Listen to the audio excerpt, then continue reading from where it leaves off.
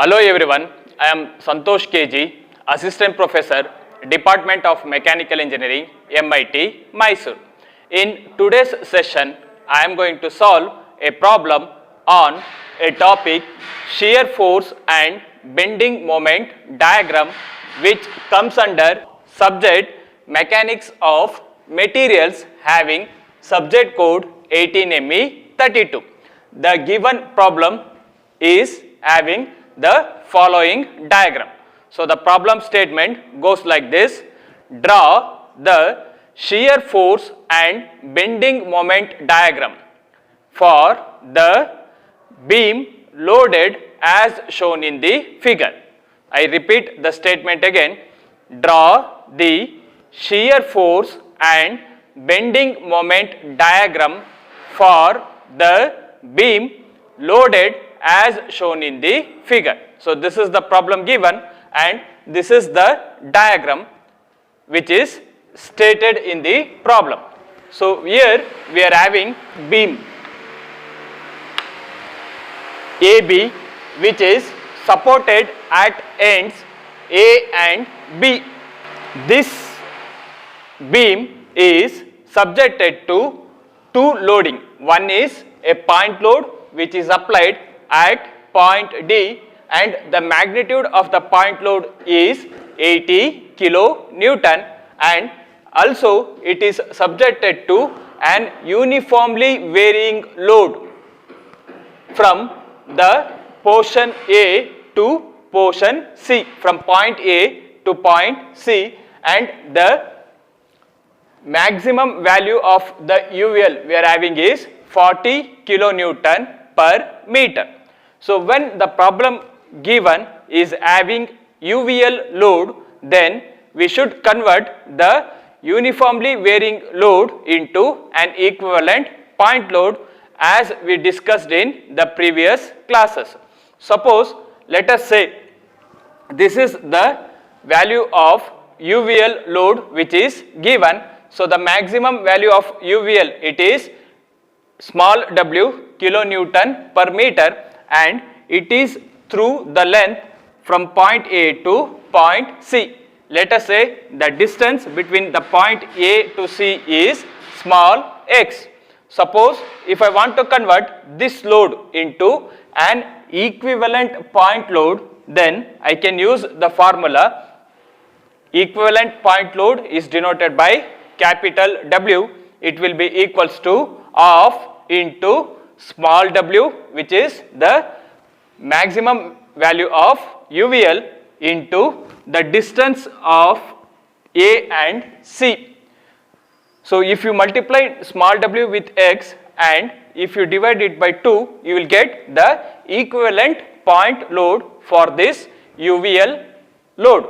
Then we will try to see at what distance this equivalent point load will be acting from point A or from point C. In this triangle, we can see that the apex of the triangle is at A and the base of the triangle is at point C. So this equivalent point load from the apex, so the apex is nothing but point A. So from point A, it will be always acting at a distance of 2x divided by 3, where x represents the distance between the point A and C, or we can say that it is a distance between the apex as well as the base. In the current problem, the length of AC, it is given to be 3 meters. So the value of x for the current problem, it is 3, and the value of W is given to be 40 kilonewton per meter. So the value of small w given is 40 and the value of small x for the given problem is 3. For these values, we can calculate the equivalent point load by using the formula capital W equals of into, in place of small w, I will substitute 40, and in place of x, I am going to substitute 3. So half into 40 into 3, it will be equals to 60 kilonewton. So the equivalent point load for this UVL, it will be equals to how much? 60 kilonewton. And let us see at what distance this equivalent point load will be acting from the apex.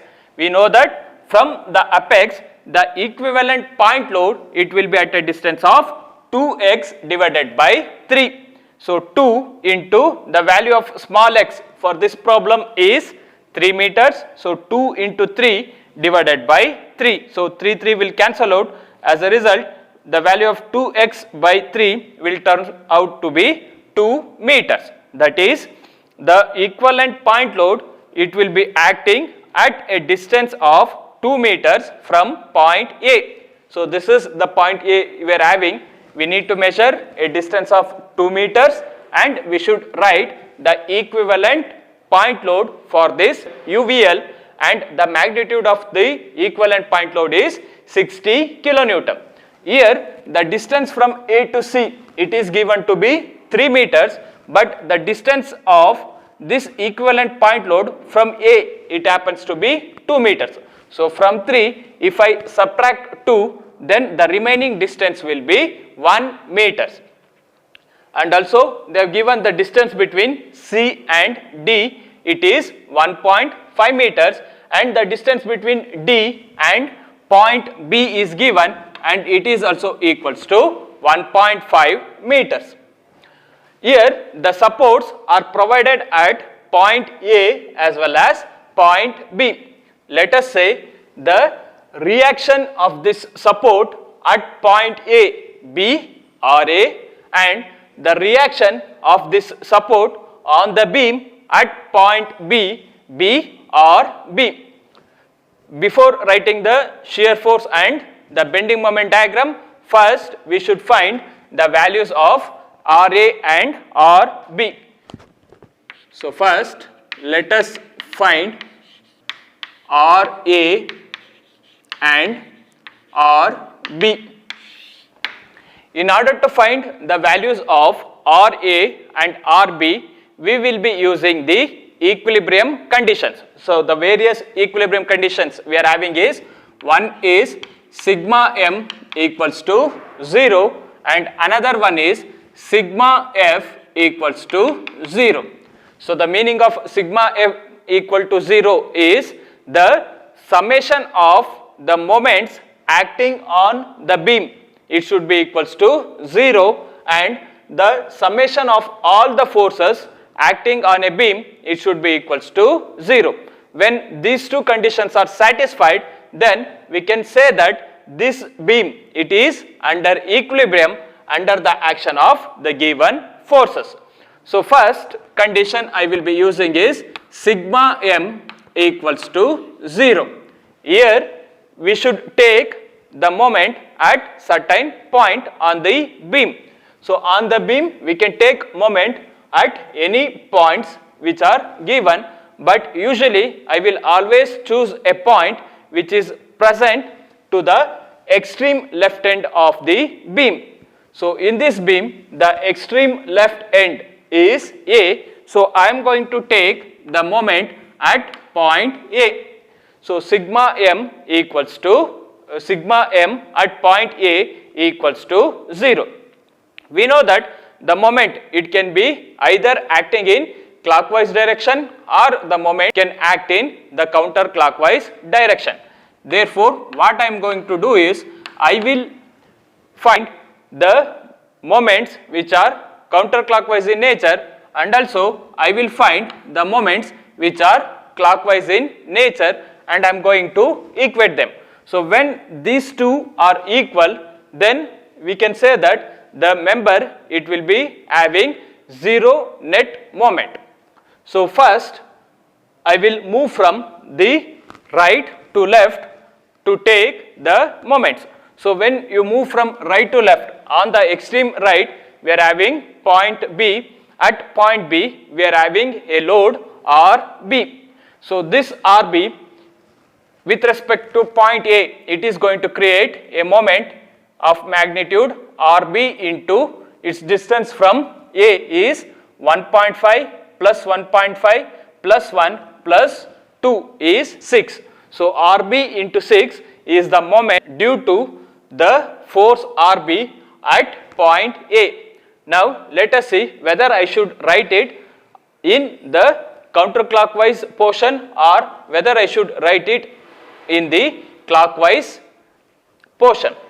So here RB with respect to point A, it is going to rotate the beam in counterclockwise direction. So since RB multiplied by 6, it is going to rotate the beam in counterclockwise direction, we are writing it in the counterclockwise side. So RB into 6. Then next force we are having is 80 kilonewton, and it is at a distance of 2 plus 1, 3 plus 1.5, 4.5 meters from point A. So the second force we are having is 80 kilonewton into 4.5, and this moment is going to rotate the beam in clockwise direction. Therefore, I should write it towards the right side. So the moment we are having is 80 multiplied by 2 plus 1, 3, 3 plus 1.5, it is 4.5, and it is creating a clockwise moment. So I am writing it towards the right side of the equal sign.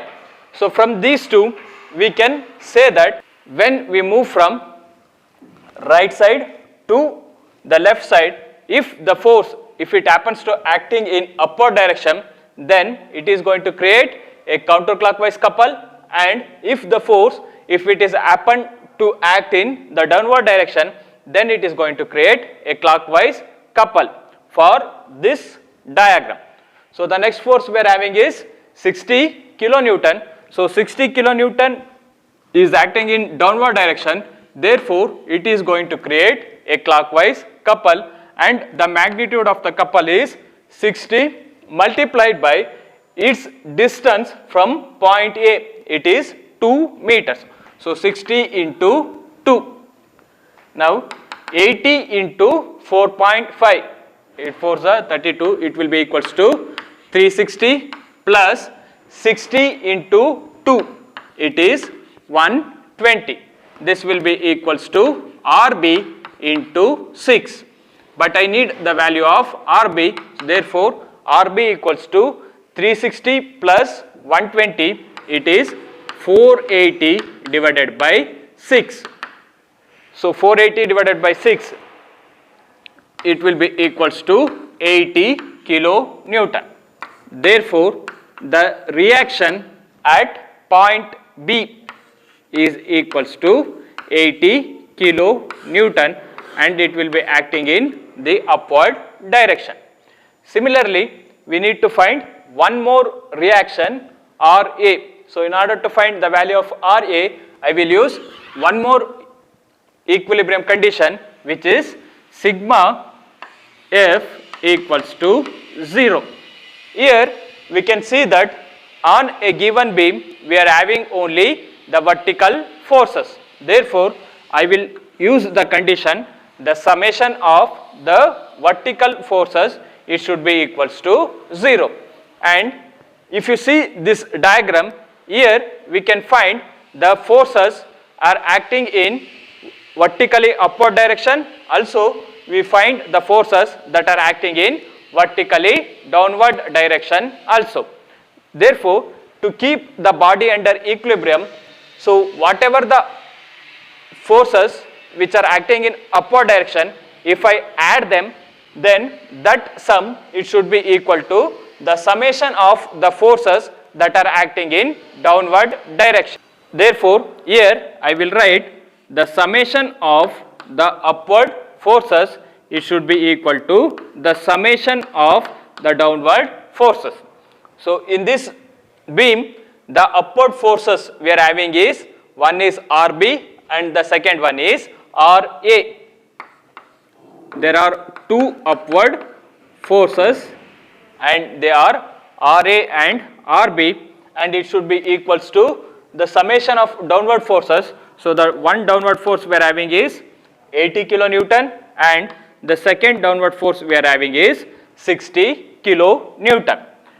RA plus, in place of RB I will write 80 kilonewton. So this will be equals to 80 plus 60, or we can write it as 80 plus 60 itself. So this 80 will cancel out. Therefore, the value of RA equals 60 kilonewton. Once you find the reactions RA and RB, I am going to write their values here. So the value of RB we are having is 80 kilonewton, and the value of RA we are having is how much? 60 kilonewton. So next step is to find the shear forces.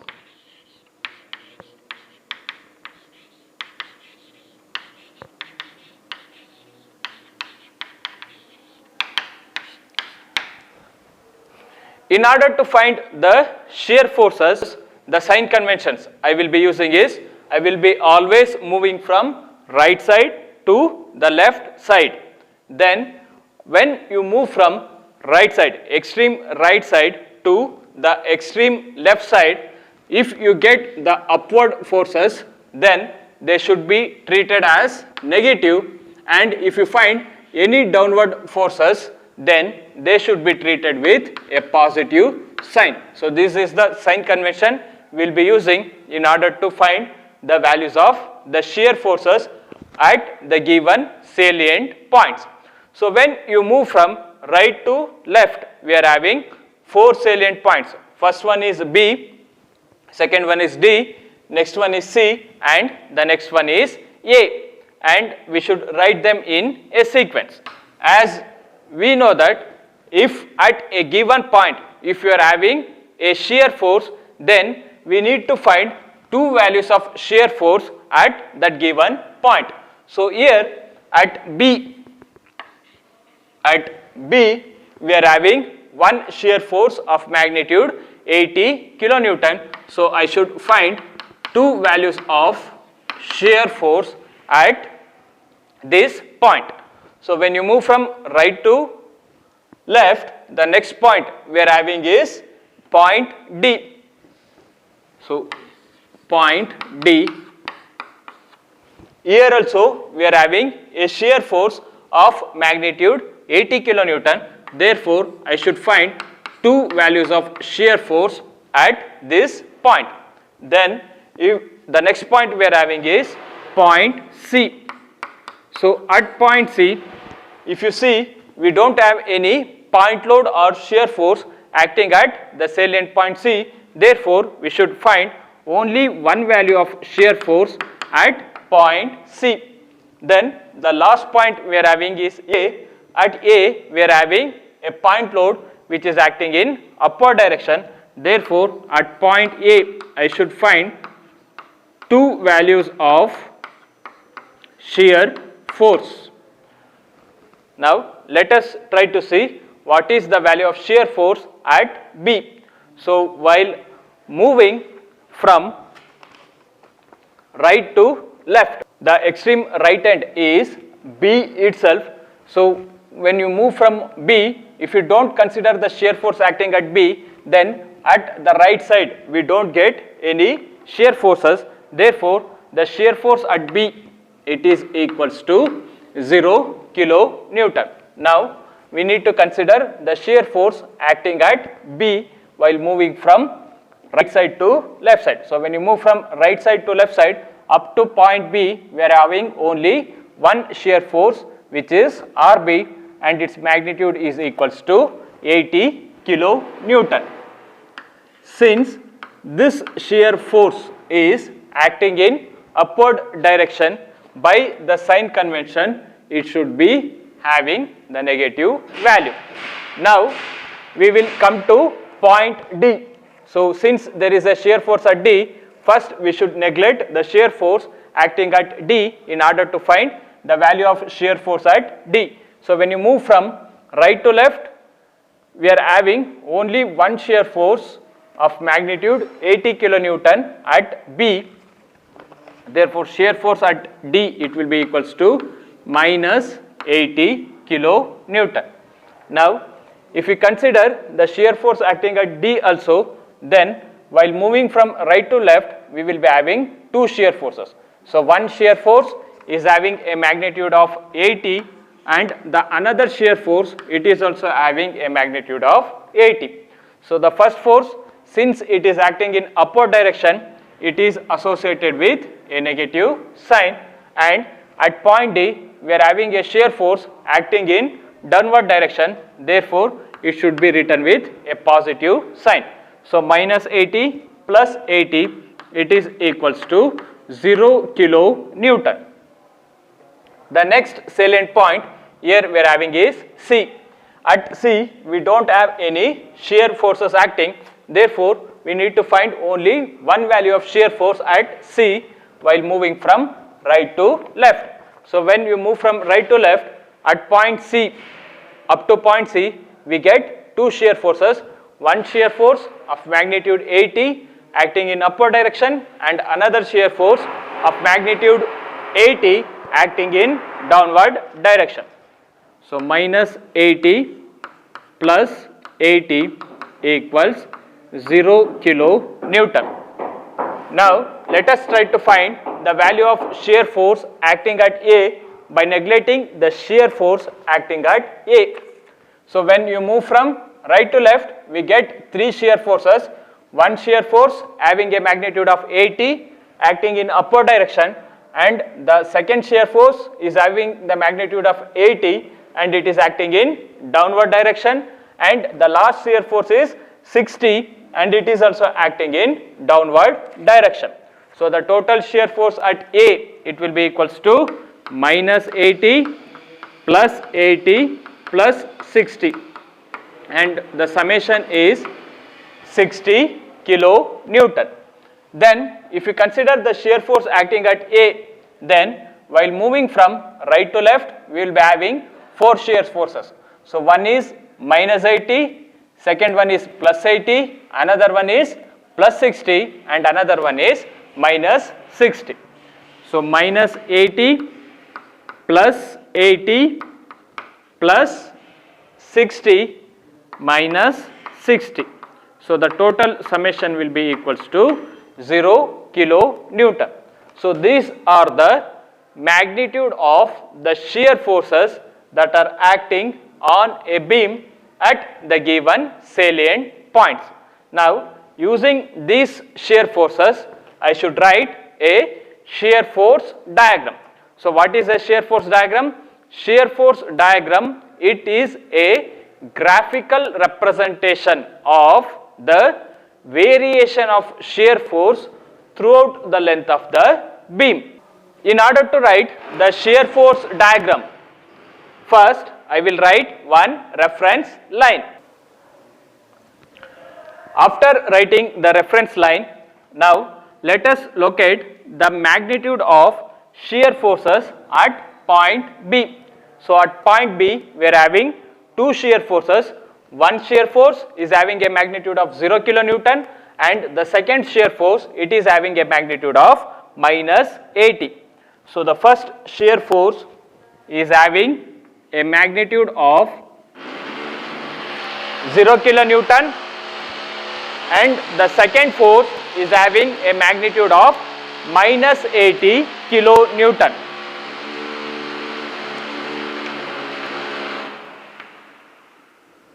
Now, you come to the next point D, there we are having two shear forces.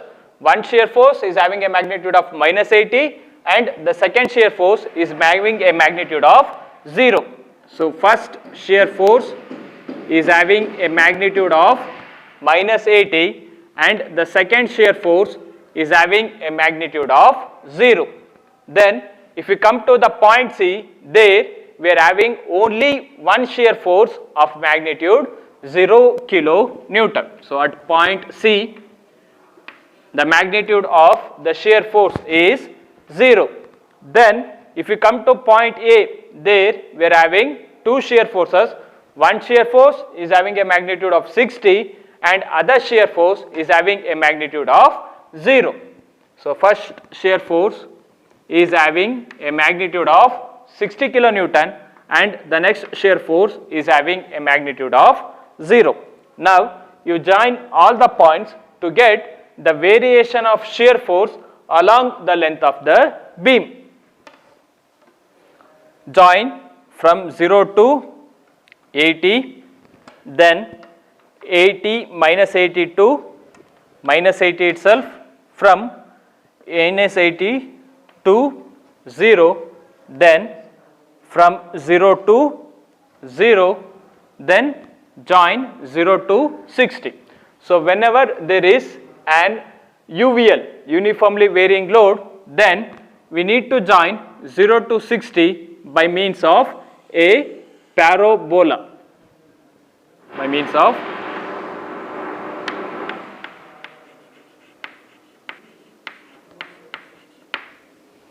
now join 60 to 0.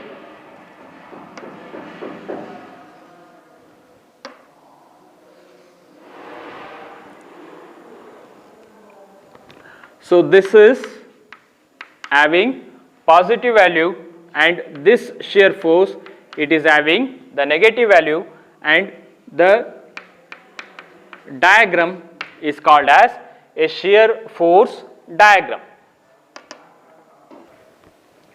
Once you complete the shear force diagram, then we will try to calculate the bending moments at the various salient points, and then we will going to draw the bending moment diagram. So first I should find the bending moments acting at the various salient points, and while finding the bending moments, we should always move from right side to left side. Right side to left side, and while moving from right side to left side, if the force, if it is creating a upward bending, so any moment or a force, if it is creating an upward bending of a beam, then such bending moment, it should be considered with a positive sign. And while moving from right side to left side, if the force, if it is creating a downward bending of the beam, then such bending should be considered with a negative sign. So while moving from right side to left side, the first point we are having is B. So first I should find the bending moment at B. The next point we are having is D. The next point we are having is C, and the next point we are having is A. So at these points I should find the bending moment. So to calculate the bending moment at B, I should consider the moments and forces that are acting to the right side of B. So on the right side we don't have any forces, therefore the bending moment at point B, it will be having 0 kilonewton. Then if you are trying to find the bending moment at D, and if you are moving from right side to left side, we are having only one force which is of magnitude 80, and the moment due to 80 kilonewton at point D will be equals to 80 into 1.5.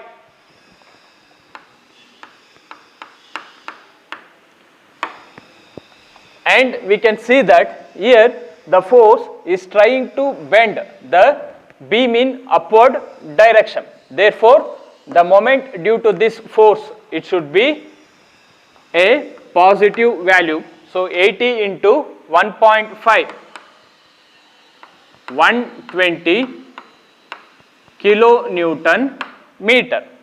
Next, we will try to see the bending moment at C. So when you move from right side to left side, we will be having two forces. So one force at B, and the moment due to this force is 80 into 1 plus 5, 1.5 plus 1.5. So it is 80 into 3. Since we are having an upward force here, it is going to bend the beam in upward direction. Therefore, this moment it should be considered with positive sign, and if you come to the force at point D, it will bend the beam in downward direction. So 80 into 1.5, it is going to bend the beam in downward direction. Therefore, it should be written with a negative sign. So 80 into 3, 240 minus 80 into 1.5 is 120. So the net moment acting at C, it is 120 kilonewton meter. Now let us try to find the bending moment at A, and we will be moving from right side to left side. So when you move from right side to left side, we will be having one positive bending moment due to 80 kilonewton and two negative bending moment due to 80 kilonewton and 60 kilonewton. So the bending moment due to this 80 kilonewton will be 80 into 3 plus 3, 6. 80 into 6 minus 80 into 4.5.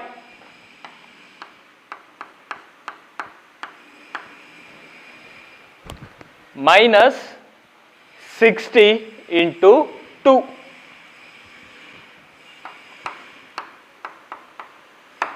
So if you add this, the summation you are going to get is 0 kilonewton. So these are the various bending moments that are acting at the salient points specified on the beam. So to write the bending moment diagram, first I should write a reference line. So I am going to write a reference line here. Once you write the reference line, then mark the magnitude of bending moment at each salient points. So the bending moment at B is having 0 magnitude, and bending moment at D, it is having 120 kilonewton meter, and the bending moment at C, it is also having 120 kilonewton meter, and bending moment at A, it is 0 kilonewton. Now join all the points to get the bending moment diagram. So join 0 to 120, then from 120 to 120, and if you are having an UVL, then in the UVL region the bending moments, it should be joined with a cubic parabola. So this curve is a cubic parabola, and here we can see that the bending moment is positive throughout the length of the beam. So this is a bending moment diagram. This completes the problem, and these two diagram represents the shear force diagram and the bending moment diagram for a simply supported beam loaded as shown here.